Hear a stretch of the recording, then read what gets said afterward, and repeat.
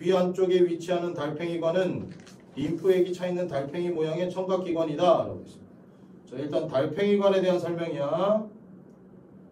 자, 그림은 달팽이관의 횡단면을 확대한 것이다 라고 하잖아. 이게 말하자면 뭐야? 가로로 자른 걸 이야기하는 거지 지금. 자, 달팽이관 안에는 관의 모양을 따라 기저막이라고 하는 자, 긴 막이 존재하고요. 기저막 위로는 털세포가 배열되어 있습니다. 기저막과 털세포는 소리의 높낮이를 지각하는 데 있어 중요한 역할을 한다. 그러니까 소리가 높으면 뭐가 높은 거지? 진동. 그렇지. 진동수가 많다는 얘기지. 오케이? 그렇지. 역시. 귀 바깥에서 생긴 소리의 파동이 달팽이관의 림프액으로 전달이 되면 요거는 있잖아. 과정인 것 같아. 소리의 파동이 림프액으로 전달되면 이라고 됐어. 이게 이제 첫 번째야. 그러면 1 이렇게 써놓고 기저막은 바깥쪽으로부터 진동하게 된다. 자, 이걸 이제 정리하면 이제 이렇게 정리를 하게 될 거야. 자, 소리의 파동이 림프액으로 전달이 되면 맞지 그지? 자, 파동이 전달이 되면 자, 똑같이 기저막은 이 동시에 일어나는 것 같은데 그지? 자, 그러면 이렇게 들어가면 되겠지. 림프액으로 전달되면 기저막은 자, 달팽이관 모양 따라 여기서는 뭐 크게 중요한 내용은 아니라서 일단 이렇게 해놓고요. 자, 기저막은 뭐한다? 자, 진동한다. 어디부터?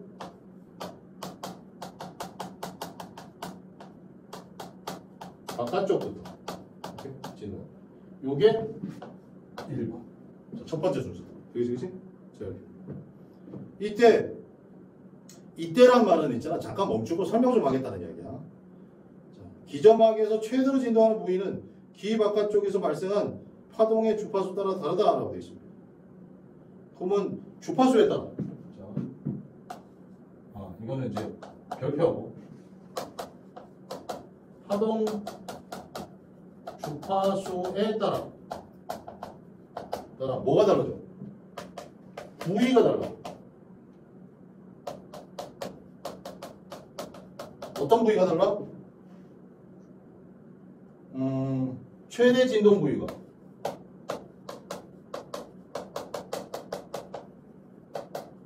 그럼 예를 들면 뭐 주파수가 높으면 어디가 최대로 떨리고 주파수가 낮으면 또 어디가 최대로 떨리고 이런 이야기 나오겠지, 그지? 자, 기저막은 바깥쪽일수록 더 단단한 특성을 지니는데, 자, 그러면 결국 다시 또 첨부해야 될 거. 기저막은 바깥쪽에서 안쪽. 그럼 여기가 단단하고 여기가 모르게 가겠지. 이렇게 볼 수 있겠지, 그지? 자, 이렇게 볼 수 있어. 자, 그리고 단단한 부위일수록 주파수 파동의 높은 주파수. 그러면 뭐야? 이쪽이 높은 주파수에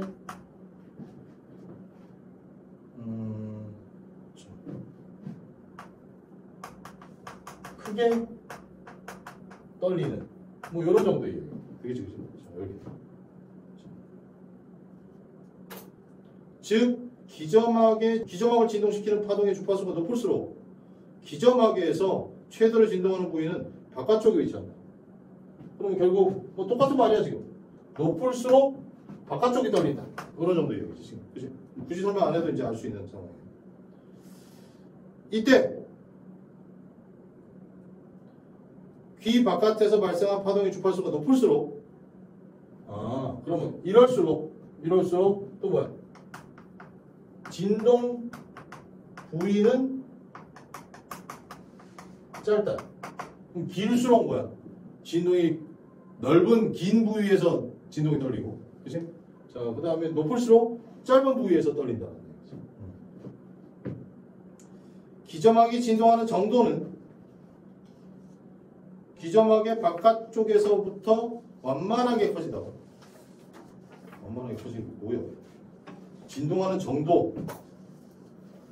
기점막이 진동하는 정도가, 오케이?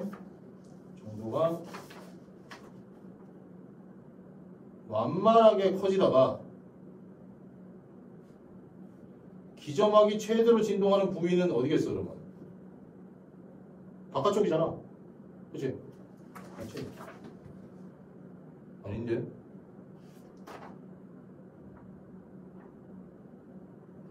최대 진동 부위는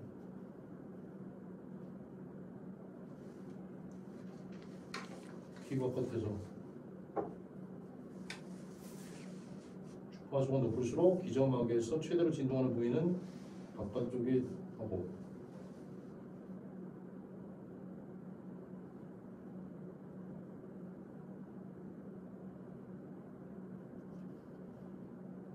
기점막이 진동하는 정도는 기점막 바깥쪽에서 완만하게 커지다가 최대 진동 부위를 지난 다음에 급격히 감소하는 경향을 보인다.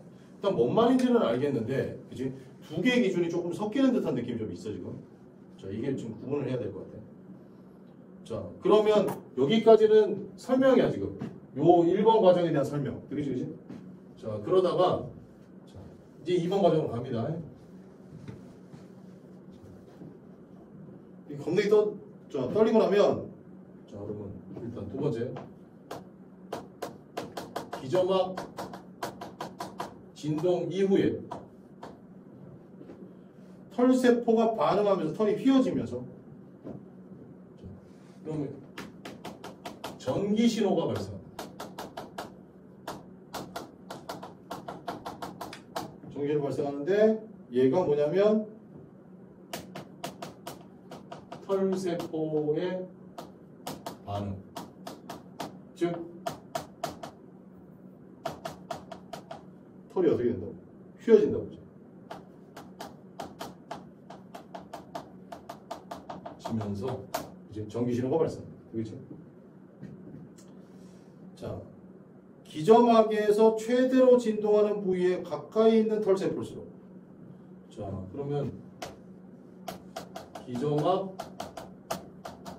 최대 진동 부위 가까운 곳일수록 털이 휘는 횟수가 많고,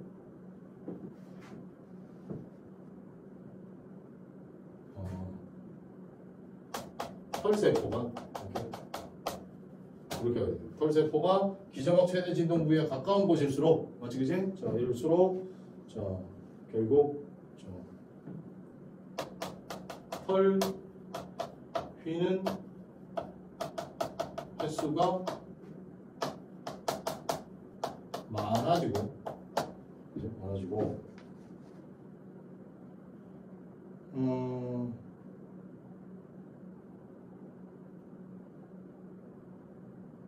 결국 최대 진동 부위에 있는 털세포, 여기 있는 털세포가 최대로 뭐한다? 최다라고 해야 되고, 최다. 자, B는 횟수. 오케이? 최대로 많이 빈다. 최다로 많이 빈다.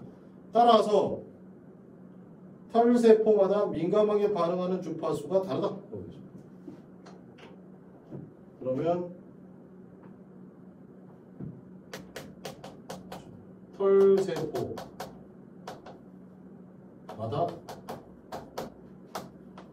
민감하게 휘는, 민감하게 반응하는 주파수가 그럼 주파수에 따라서 그치? 털세포가 민감히 반응하는 게 서로 달라진다는 얘기지. 결국 기점막에서 최대로 진동하는 부위에 서 있는 털세포가 초당 전기 신호를 발생하는 횟수는 기점막에서 최대 진동하는 부위에 있는 털세포가 초당 전기 신호를 발생하는 횟수는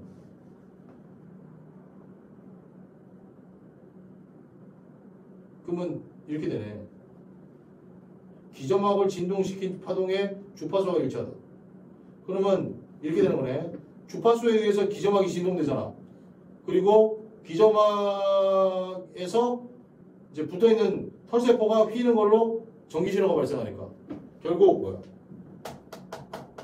전기신호와 소리의 파동의 주파수는 같은 거지. 맞지, 그지? 이렇게. 주파수가 생겨서 전기신호가 발생하는 건데 어쨌든 간에 이 둘은 똑같다. 의역입니다. 맞지? 이게 기억이야. 이게 기억. 이때 비슷한 주파수를 지닌 여러 파동이 동시에 달팽이관에 전달되면 자, 반응하는 털세포가 있는 영역이 겹칠 수 있다라고 되어 있습니다.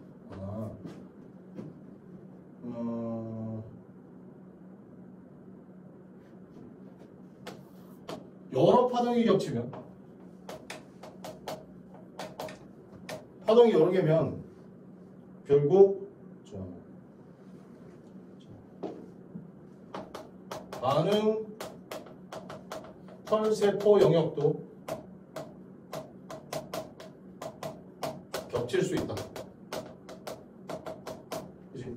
떨려던데 또 떨릴 수도 있고 동시에 떨릴 수도 있고 뭐 이런 거지. 그치? 전기신호는 신경 전달 물질이 털세포에서 방출되도록 만들어 신경 섬유를 흥분시킨다. 오케이, 이 세 번째다. 그치? 전기신호는 쭉 가서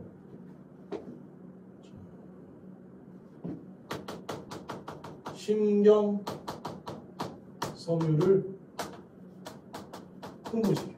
되겠지, 그치? 개별 신경 섬유가 초당 흥분하는 횟수는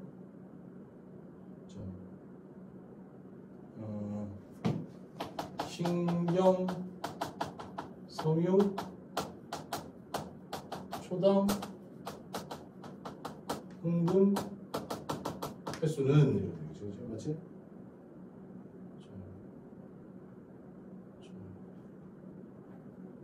자, 발생한 파동의 주파수의 일정 수준까지만. 파동의 주파수의 일정 수준 하지만 되는. 이 말은 뭐냐면 사람이 왜 시간이 지나면 지날수록 점점 키가 크잖아. 그지? 그러다가 어느 순간부터는 뭐야? 멈추거나 좀 작아지거나 이렇게 해가지고, 그지? 그러면은 시간과 사람 키 크는 건 뭐야? 어디까지? 일정 수준까지만 대응되다가 그 다음부터는 달라진다. 이런 정도의 느낌. 알겠어? 무조건 올라가는 건 아니야. 이런 얘기야.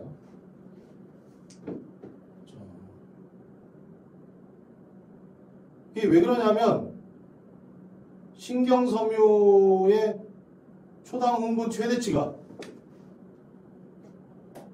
자, 이것이 뭐가 있기 때문에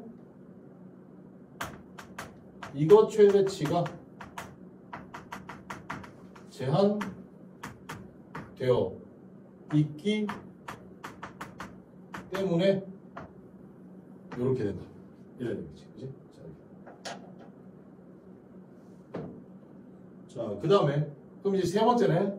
자, 이제 네 번째 수준으로 갑니다. 그치? 네 번째 가면 신경섬유의 흥분으로 생겨난 신경신호는 신경섬유를 따라 이동하며 자, 중뇌를 거쳐서 대뇌 1차 청각 피질에 전달되어 처리된다. 이건 뭐 결국 정리되어 있는 대로 인지해야 된다. 알겠지? 4로 갑니다.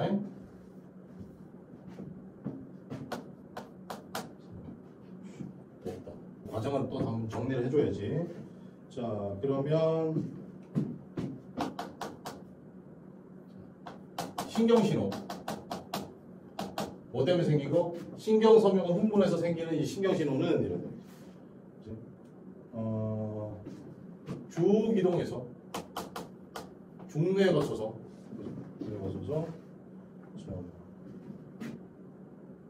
대뇌의 1차 청각 피질 이렇게 전달이 됩니다. 자, 또다시 1차 청각 피질에 관한 설명입니다. 1차 청각 피질은 얼굴 쪽에서 뒤통수 쪽으로 이어진 띠 형태로 생겼다. 자, 얼굴에서 뒤통수로 이어진 띠 형태를 지니고 있습니다. 이렇게 되죠. 얘는 이런 놈이야. 자, 얼굴 쪽에 있는 부위일수록 얼굴 쪽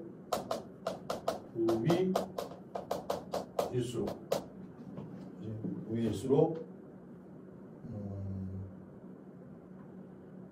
기저막 안쪽 부위와 연결되어 있고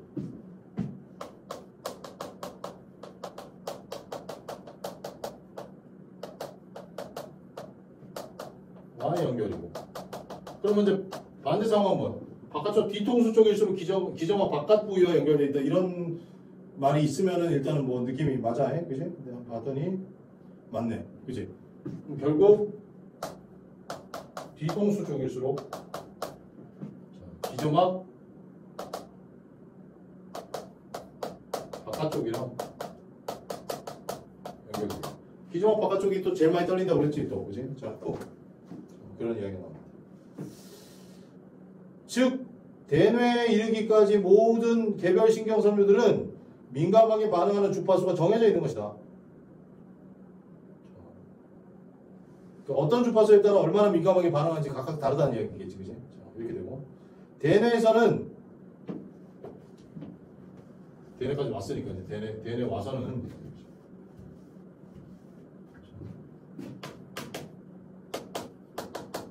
대뇌에서는 흥분한 신경세포가 기저막의 어떤 위치에 있는 털세포와 인접하는지 정보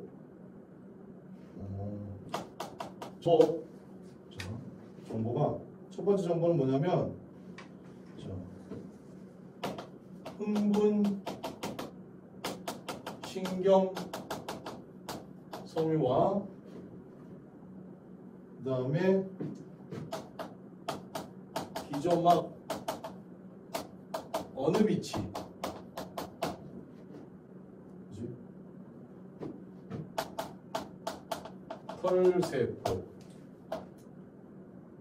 털세포와 연접한다는 게 이어서 붙어 있는지 이런 정도이지. 이 정보. 이 정보랑 그 다음에 신경 섬유 흥분 주기에 관련된 또 정보. 이걸 활용해서 결국은 대뇌는 판단합니다. 어떻게 판단해? 주파수가 높은 파동일수록 높은 소리로 지각합니다. 되겠지, 그지? 자, 이렇게 되네. 자, 19번 한번 볼게.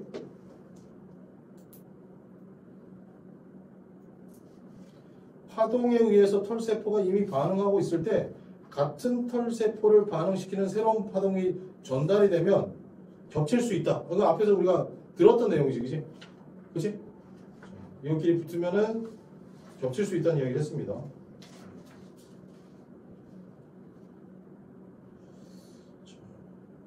이에 따라 나중에 전달된 파동을 소리로 지각하지 못하는 현상이 발생할 수도 있습니다. 자, 이건 문제 상황이야 지금. 맞지, 그치? 문제 상황. 이걸 차폐 현상이라고. 차폐 현상이라는 차폐 현상 세모. 이걸 확인하기 위해서 0에서 800Hz 사이의 파동들이 지각되기 위한 최소 수준의 데시벨 단위로 측정을 했습니다. 그 다음에 A 주파수의 파동이 전달된 상태에서 각 파동들이 지각되기 위한 최소 수준을 다시 측정했습니다. 다음 그래프는 첫 번째 측정값에서 두 번째 측정값이 얼마나 증가했는지를 나타내는 것이다 라고 되어 있습니다. 그럼 이건 이제 얘기하면 A 주파수가 전달된 상태야 지금, 그지? 이 상태에서 이 파동이 지각된다는 게 소리를 듣는다는 이야기지, 그지? 소리 듣기 위한 최소 수준을 이야기하는 거야. 그러면은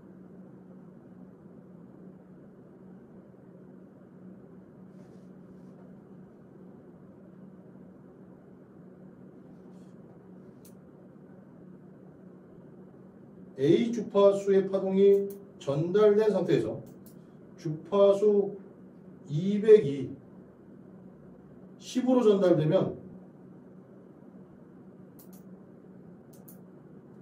소리로 지각되는 게 아니고 원래 소리보다, 원래 데시벨보다 10이 더 높아야 소리로 지각된다는 얘기지. 증가량이니까. 최소 수준의 증가량이야.